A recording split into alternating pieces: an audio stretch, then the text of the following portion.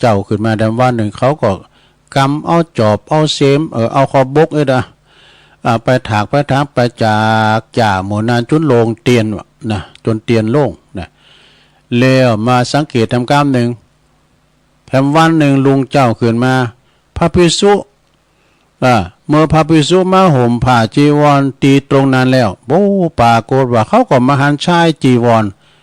ของพระภิกษุตั้งหลายเหล่านั้นนี่ไปลาตกดินบุญดินบุญทรายทั้งหมดที่ปื้นดินทั้งหมดนี่นะดินมันเป้งไงกันเนาะมันเป็นบ่อเลือเกิดกากไอ้ยะตามหัวจีวรเปิ่น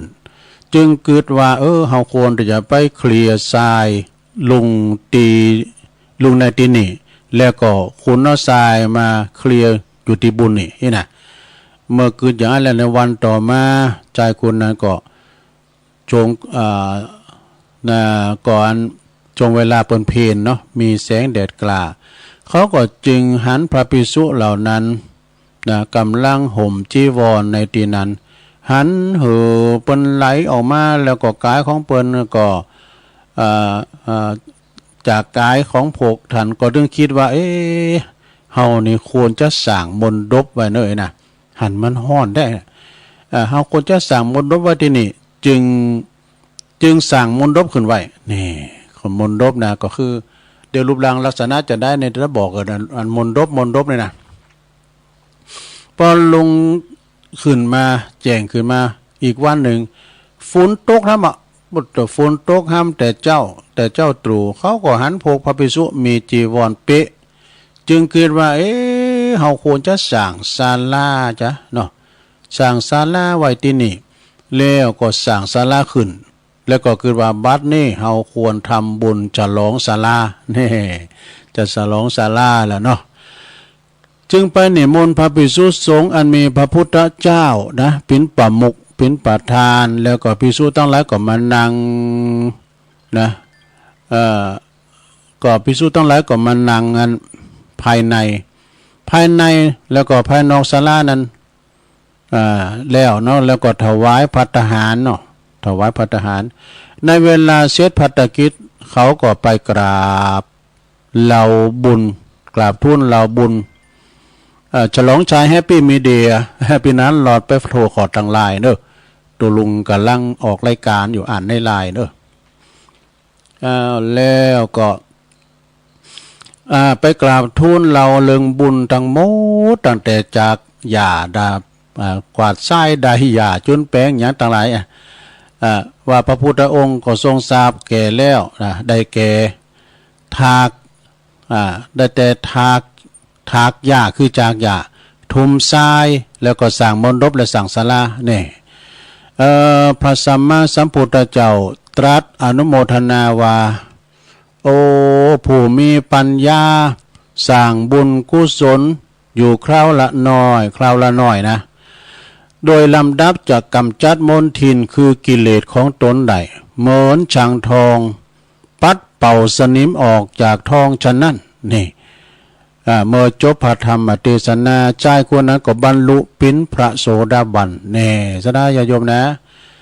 อันนี้ก็จบลงไปแต่เปิดมีคำอธิบายขอคิดที่อ่างยิ่งนะมนดบนั้นมันหมายถึงสังเลยนะข้อหนึ่งเนอะมนดบนั้นหมายถึงสังคือหมายถึงสถาปัตยกรรมเนี่ยชนิดหนึ่งเนอะฐานลางนี่จะเป็นรูปสี่เหลี่ยมจัตุรัส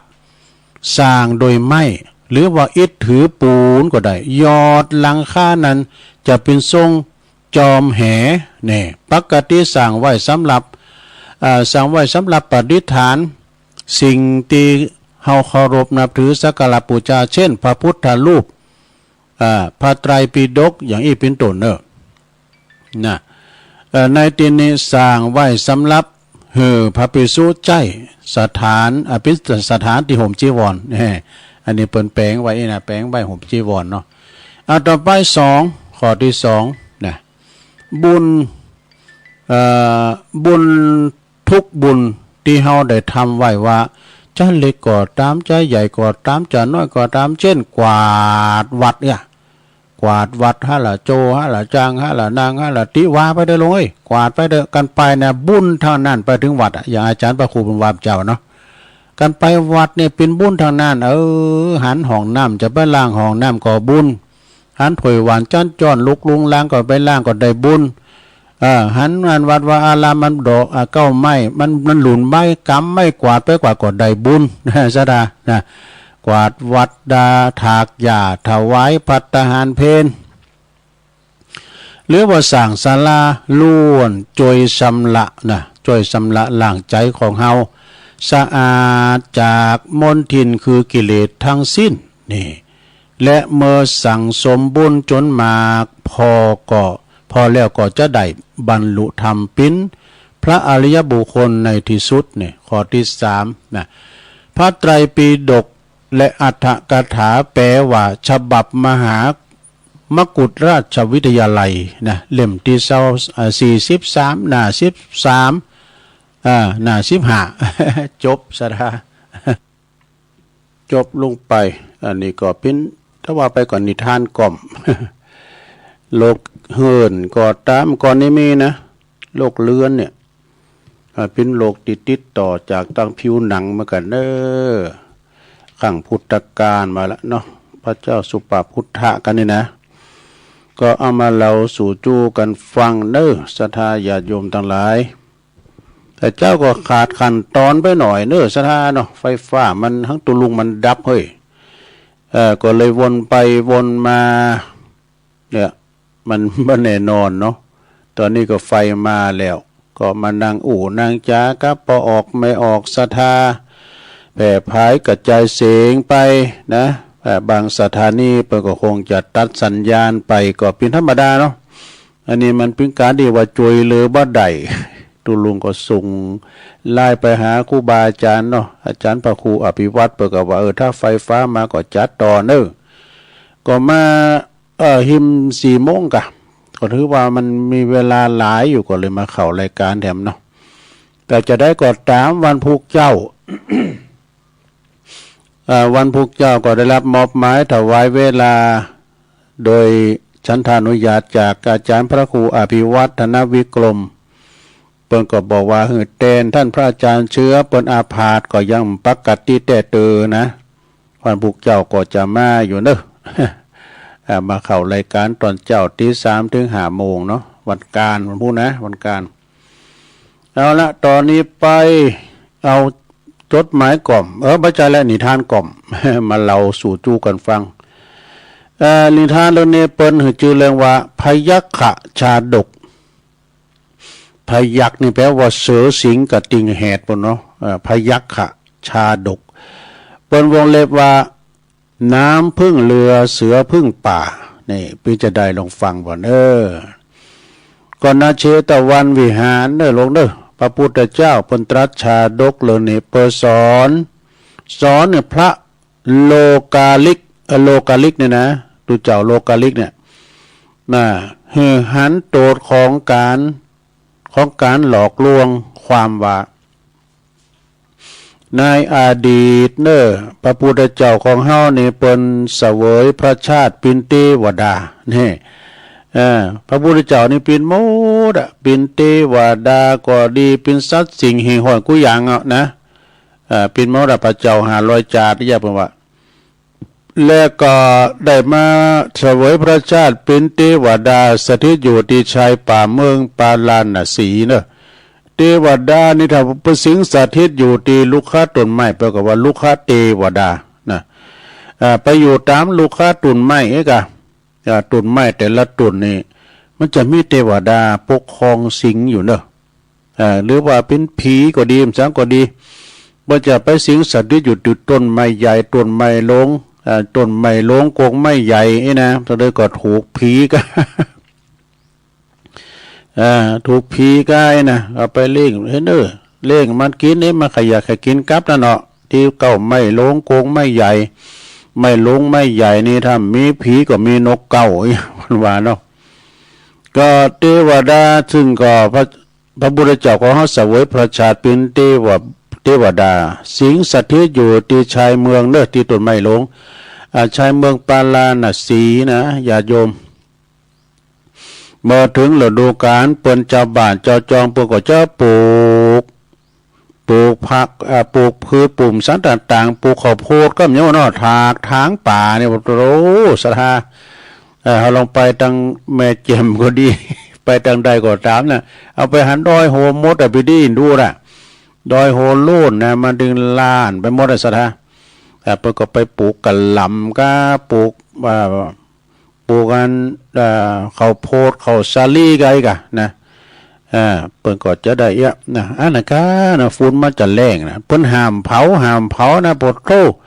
ประเดี๋ยวนี้เผาสาเก่าโพดกันเนี่ยตั้งไต่พวกนี้เดือดร้อนเด้อ PM 2.5 นี่นะเพิ่นใส่แมสกันก็ว่าโตมันไประบบทางเดินหายใจนะหายใจฝืดนี่นะแต่เฮายังโลงอยู่กันเนาะแต่เฮาเนี่ยยังมีผลกระทบด้วยนะแต่เพิ่นห้ามเผานะตั้งไอ้สุดถัดนะกู้ภัย55เปิ้นก็ตึงแจ้งมาตั้งตุลุงบอกคือเปิ้นด้วยเด้อน่ะเปิ้นห้ามตั้งแต่1มกราจนถึง15พฤษภาบ่ว่าโดหลายเดือนอยู่เด้อ เปิ้นก็บุกลุกกันเนาะเจ้าบ้านเจ้าจองก็มาบุกลุกทางป่าทางแพะต่างๆเนาะเพราะว่าใน ตีไก่หิมๆเนี่ยเปิ้นเผาเปิ้นทางแปลงไห้แปลงสวนหมดเลยกะทีนี้ก็หน้าป่าแห่งนั้นก็ยังมีอันราชสีห์ว่ะเนี่ยมีราชสีห์แล้วก็เสือโคร่ง2ตัวเนี่ยเปิ้นปกปักรักษาอยู่ดูเจ้าบ้านเจ้าจองดึงแบกไก่บริเวณนั้นเพราะว่าโกอันเสือโกสิงเนี่ยกับปกปักรักษาอยู่หันบริเวณนั้นเป็นถิ่นของสิงโตแล้วก็เสือโคร่ง2สหายเปิ้นปกปักรักษาอยู่นั้นบ่อยู่หั่นกินของซากสัตว์เยอะต่างๆเนาะกวางฟ้านกำสังกะมันกัดมันกว่ามากินมันก็เอากระดูกกำสังไปควางหั่นนี่น่ะแล้วก็เยอะทั้งสองน่ะนำไปทิ้งเนาะสร้างความเดือดร้อนรำคาญแก่เทวดาทั้งตุนหนึ่งบ่มีเทวดาหลายตุนเนาะเทวดาต้นนี้ก็มั่มปึ้งใจแต่นึกอากาศนี่มันบัดดีนะมันหมิ่นสากสัตว์ที่เป็นเอามาขวางนี่กันเนาะเอามาขวางอยู่หันถึงวันกินแล้วเอามาขวางไว้หันน่ะมันหมิ่นสากสัตว์ที่สิงโตกับเสือโคร่งกินแล้วเนาะเป็นอย่างมากเด้อจึงได้ขับไล่สิงโตแล้วก็เสือโคร่งออกจากบริเวณนั้นไปดูแม้นว่าเทวดาอีกตนหนึ่งจะเตือนอย่างใดก็ถึงบ่เจอฟังนะเมื่อบ่มีสิงโตเมื่อบ่มีเสือโคร่งแล้วเนาะเจ้าบ้านเจ้าจองก็ว่าโอ้มิติกูแล้วบ่เฮ้ยก็เข้าไปคืบคานเข้าไปพื้นที่ถากถางกะถากถางเข้าไปณบริเวณนั้นซึ่งเทวดาอาศัยอยู่ปรากฏว่าเขาก็ถากทางเขามาบุตรเต็ดก็ไม่ลงที่ปสิงสถิตอยู่ทำให้เทวดาแต่ละองค์นะได้รับความยากลำบากเนอะนะภายหลังมานี่หันความสำคัญของเสือหันบารมีของเสือของสิงโตเนี่ยภายหลังมาจึงให้เทวดาเล็กสิงโตแล้วก็เสือโคร่งนั้นปิกมาแต่ว่าไปอ่อนวอนจะได้ก็ตามว่าสิงโตกับเสือนั้นก็บ่ยอมกลับมาเลยนี่ทำให้ป่าแห่งนั้นก็โดนทำลายกายปิ้นหายปิ้นโซนปิ้นตีทำมาหากินของพี่น้องเจ้าบ้านส่วนวัดเทวดาทั้งหลาย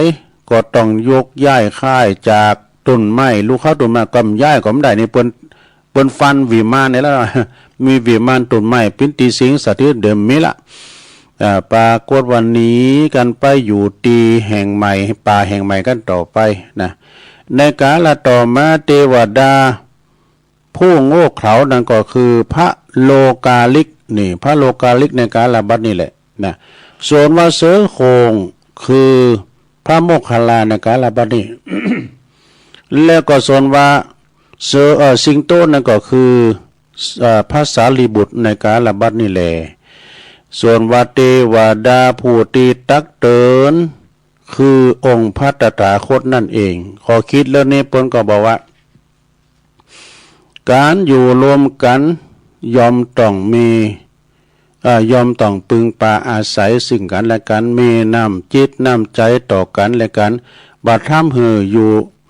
ก็จะทำให้อยู่กันรวมกันอย่างมีความสงบสุขกันต่อไปจบสถาญาติโยมจบไปทำเรื่องหนึ่งเนาะเอาทำเรื่องหนึ่งญาติโยมเนี่ยอันนี้ก็พินิทานกล่อมนิทานกล่อมนี่ก่อนมาปิ้นลิ่มใหญ่เนอะสถาได้รับความอนุเคราะห์จากตุปิเลินเนอะจำเริญโชติธรรมโมวัดดอยทาตะโปธารามฝางบุเปิ้นมอบหมายถวายตุลุงก็ลืมไปลืมมาพ้องเดือกการลืมเนาะโอ้อันนี้ปิ้นโตจุยเด็กๆตามเรื่องในเรื่องหยางโตกัจฉปะชาดกกัจฉปะชาดกอันนี้เป็นบาลีเปิ้นแต่ว่าเป็นภาษาไทยแปลว่าวานอนกับเต่านี่วานอนก็คือตระกูลวอกเต่านั่นก็คือเต่านั่นเนาะเต่าที่มันสิ้นพิสัตเลยคานเนี่ยนะสัทธาญาติโยม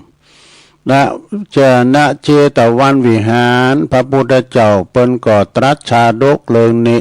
ให้อามาตย์ของพระเจ้าโกศลที่สอบทะเลาะบ่แว่งกันพิษกันนี่นะ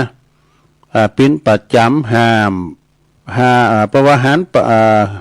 นประโยชน์เนาะประโยชน์ของการหู้จากการปองดองนะมีความรักใคร่ปองดองสามัคคีกันกายนะความว่าในอดีตเนอะพระตถาคตของเฮานี่เปิ้นเสวยเปิ้นเสวยพระชาติเป็นฤาษีเนี่ยเป็นพระฤาษีเนอะบำเพ็ญบารมีอยู่ในป่าชายป่าของเมืองปาลาณสีทำแล้วก็มีวานอนตัวหนึ่งเนอะมักจะมาสร้างความเดือดร้อนสร้างความรำคาญให้แก่พระฤาษีอยู่เสมอนะมีอยู่หันวันหนึ่งเนอะเจ้าวานอนเกิดเจ้าวานอนด้วยนะมันเกิดปวดปัสสาวะกระทันหันปรากฏว่ามันก็จึงเข้าไปทำธุระในพุ่มไม้ สุมาเดี๋ยวนั้นมันจะไปปัสสาวะนะอยู่ที่ปื้นก็ไม่เป็นเหตุว่าไปสุมาไปเยียวหาใส่เต่า ไปเยียวหาใส่เต่า อันเต่านั่นก็ยังหนีเนาะวันนี้มันแต้นยังมันจ่ายอ่ะ ก็ไปเยียวหาใส่เต่าด้วยหูโตกะวานอนหันว่าเต่ามันบ่หูโตแต่ว่ามันจะแก่งนะวันนี้มันหันเต่านั่นคือกระโดดงับวันงับแขนกันเนาะงับแขนบ่ยอมปล่อยด้วยจึงมีความเจ็บป่วยเพื่อขนาดนะเต่าก็ตกตู้ก้ามก่อนนี่คุณเถ่าเพิ่นว่าก็เวลามันกอบคอแล้วนะบุตรก็มันเลยยินฟ้าห้องนี่มันถึงสะไอ้นะมันจะฮือลำเลยได้ เต่าก็ดีตกตู้ก็ดีนะสดาก็ว่ามันกระโดดกอบคอแล้วกันว่าฟ้ามห้องมันดื่มสะวะ มันจะได้แล้วเนาะโอ้ปรากฏว่ามันก็ย่อมปล่อยมันกัดไม่ปล่อยจึงไปขอความช่วยเหลือจากพระฤาษีกะพระฤาษีหันว่าเจ้าวานอนมันแบกเต่ามาเนาะแบกเต่ามาก็คือมันกาบสวะนะกะโดยมือของมันกนนาตาบูดบู้บี้นะด้วยความเจ็บปวดทรมานก็เกิดความสงสาร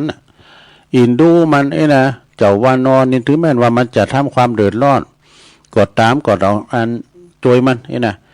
ก็จึงกล่าวกับเต่าเนาะจึงกล่าวกับเต่าการ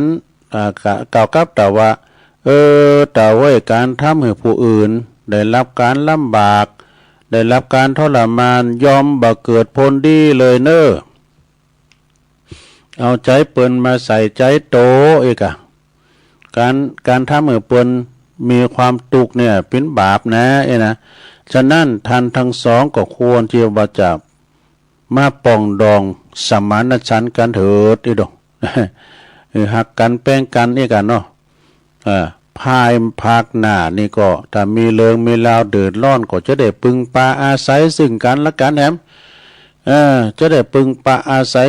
ซึ่งกันและกันนะเต่าได้ฟังพระฤาษีเนาะได้ฟังกรรมของพระฤาษี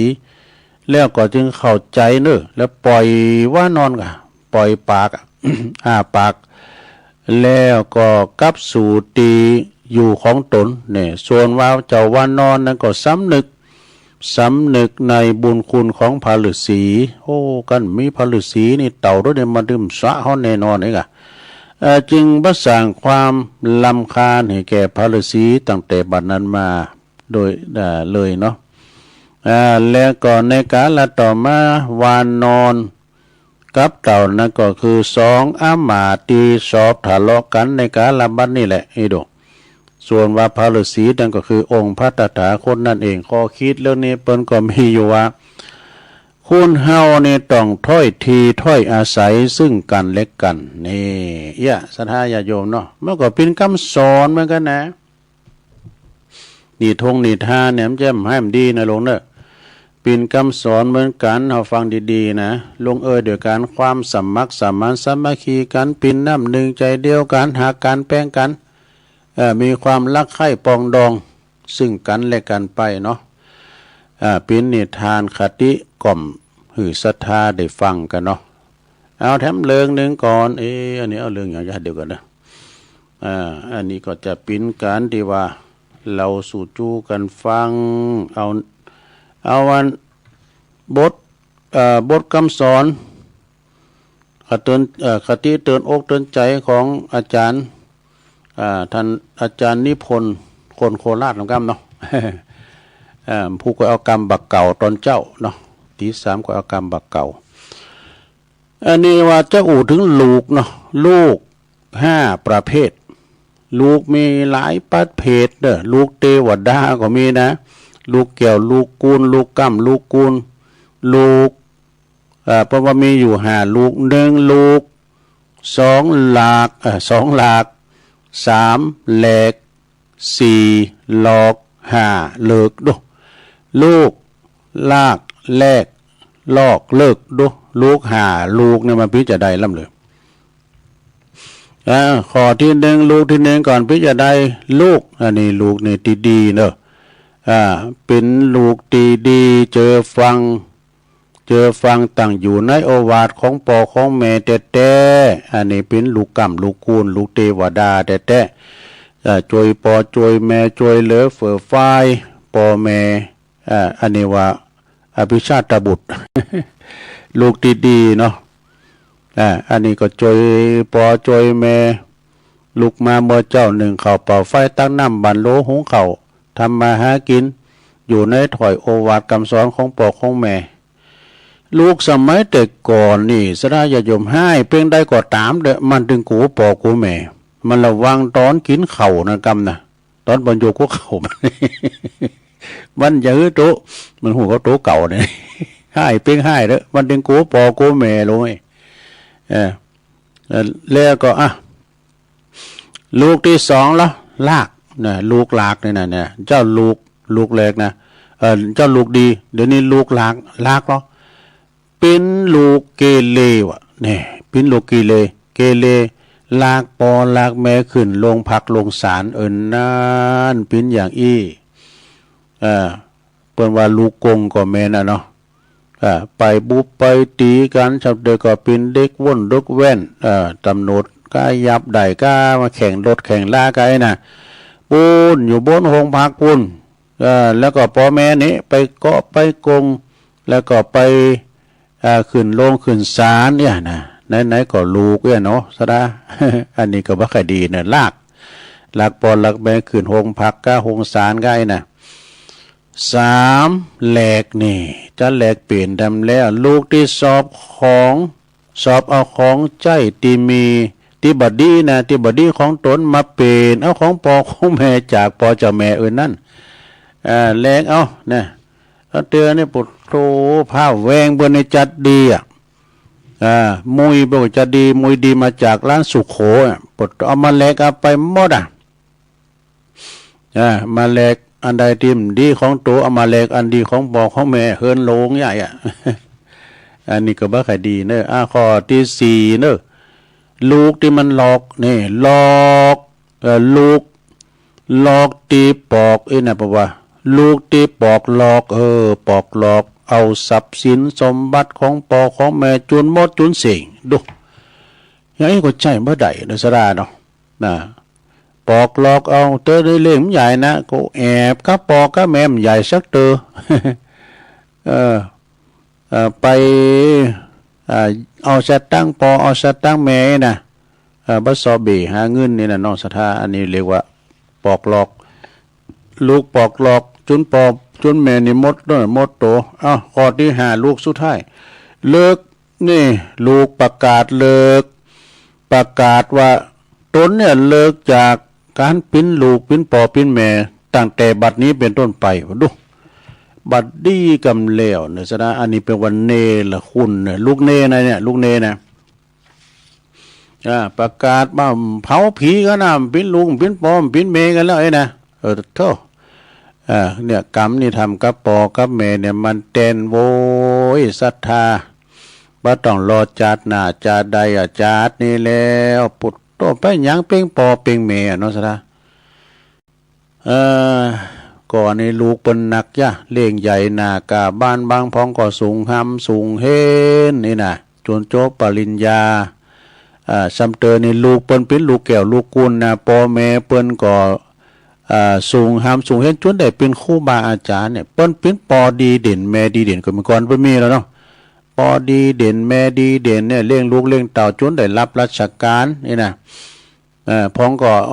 บ่ายเก้านะมันได้เห็นสักกรรมก็ไปทางตุงทางนาทางไห้ทางโซน จอยน้องมันได้ปิ้นใหญ่ปิ้นโตไปสาธาเมื่อก่อนนี้เปิ้นเลี้ยงลูกเลี้ยงเต่านี่เปิ้นก็สูงหามสูงเฮนก่อนนี่ก็มันจะมีอย่างนั้นนอกการหามการเฮนก็สมัยตุลุงเขานี่ซื้อกระดาษนอนใน3 บาทเนาะ เปิ้นจะสอบนะอันนี้ก็เอามาเล่าสู่จูกันฟังเด้อศรัทธาญาติโยมทั้งหลายลูกแรกลากเลิกนี่นะพระคุณของพ่อของแม่นี่มีหนักมีหลายเนี่ยพระจะไม่ลืมเด้อบุญคุณพ่อแม่นี่เนี่ยมีหนักหนาป้าป่านหรือขนาดนับเป็นทุลภบุคคลที่หาได้ยากต้องมีความกตัญญูนะนิมิตังสาธุรูปันนังกตัญญูกตเวทีตานะเนาะเพราะเรียกว่าความกตัญญูนั้นเป็นนิมิตหมายของความเป็นคนดีเป็นคนที่ว่าตอบแทนบุญคุณของพ่อของแม่นะเอาเนียมกรรมนะซะนะโอ้เวลาตุลุงยังหลายอยู่เนี่ยนี่สงของไปงานศพนะ6 ประการนี่ซะนะไปงานศพได้หยังพองนะก็ได้หลายอย่างอันนั้นนี่เป็นกรรมกรรมลิ้นบ่ได้แต่อันนี้เป็นกรรมแตะนะมี6 อย่างคือ1ไปแสดงความเคารพต่อผู้ที่เปิ้นตายนะที่เปิ้นตายเนี่ยเปิ้นมีบุญมีคุณกับเฮาเมื่อก่อนเนี่ยได้เปิ้นนั่นเนาะนะได้มาช่วยครอบครัวเฮาก้านี่เวลาวิทย์หน้าวิทย์หลังก็ไปปึงปาอาศัยบารมีของเปิ้นยืมตั้งยืมเงินนี่น่ะเปิ้นเอาหือมาก้าเอาก็นึกถึงบุญคุณของเปิ้นเป็นคนที่ควรเคารพนับถือต่อผู้ตายเด้อศรัทธาเนี่ยข้อที่1นี่นะข้อที่2ล่ะได้หันใจตันเจ้าภาพนี่ไปแสดงความหันอกหันใจกับเจ้าภาพ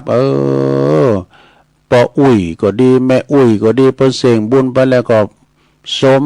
กับอันไว้เบอร์เนอร์นะปวดเปิ้น80 ปลาย90 ปลายแล้วอันนี้สมควรแก่ไว้เปิ้นไปสวรรค์แล้วนะไปปลอบใจเปิ้น เนาะข้อที่3ได้ซึมซาบโลดสัทธรรมเนี่ยกันเวลาว่ามีงานศพนี่นะเปิ้นก็จะนิมนต์ตุเจ้าก็พันเนรมาสวดอภิธรรมมาเทศน์นำเทศธรรมเฮาก็จะได้ทราบซึ่งในนำธรรมคำสอนตีตุเจ้าครูบาเปิ้นมาเทศน์น่ะเป็นความอนิจจังทุกขังอนัตตาความบ่เต็งเต้แน่นอนของชีวิตนี่นะมันจะมีอย่างเน้อเกิดมาแล้วป้อยตายมันเป็นธรรมดาเหมือนตะวันขึ้นแล้วก็มีตกนี่นะอันนี้เปิ้นก็จะแนะนำทำคำสอนจะซึมซาบเข้าในจิตในใจเฮาไปไหว้ศพนี่เนี่ยสะดาญาติโยมนะเฮาไปนึกถึงว่าบัดเดี๋ยวนี้ถึงคิวโตถึงคิวตันแท้น่ะแฮมเหมือนหรือว่าเหมือนอยู่เนาะแต่ถึงคิวเปิ้นเด้อนะเพราะว่าทุกคนอยู่ในคิว บางคนก็ลัดคิวมาลุ่นไปก่อน มากำลุนเกิดมาลุนขึ้นไปก่อนอีกก็มีนะสะดาปวดจำไว้ว่าสังขารเป็นสิ่งที่บ้านแน่นอนประกอบไปด้วยธาตุสี่ดินน้ำไฟลมเนี่ยประชุมกันคุณเฮานี่ปิ้นอันหยังก็ตามเด็กก็ไปหาหมดหาหมอรักษาบำรุงธาตุขันธ์เฮาไว้ดีๆลงเด้ออันร่างกายเฮาสมบูรณ์บ่ได้ปิ้นพาละหือช่วยเหลือตัวเก่าได้เนาะข้อที่สี่เนอะมันเพราะว่าได้หม่ำข้าวตุ่มไปเฮือนศพนะได้หม่ำข้าวตุ่มเด้อได้กินข้าวตุ่มบ่ดึงเล่งดู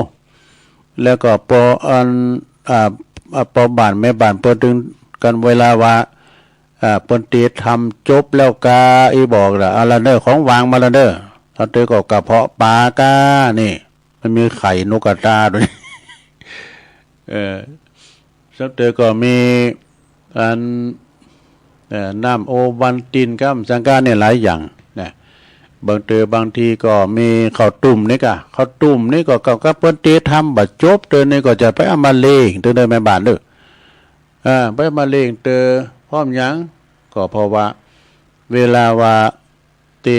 ทำไปเนี่ยสะทาเปิดก็กินกันไปพอหน้าตู้เจ้าไปพอหน้าตู้เจ้าไปกินกันไปเอาไปเอามาตู้เจ้าก็กินข้าวตุ่มมันแห้งย่ะเตะไปตัวคือน้ำลายไปตัวรถเป็นมาจอดนี่เน้อหน้าห้องส่งนี่นะแล้วก็ข้อที่ห้านี่มีสังข้อที่ห้านี่แปลว่าได้ชื่นชมของชำร่วยแน่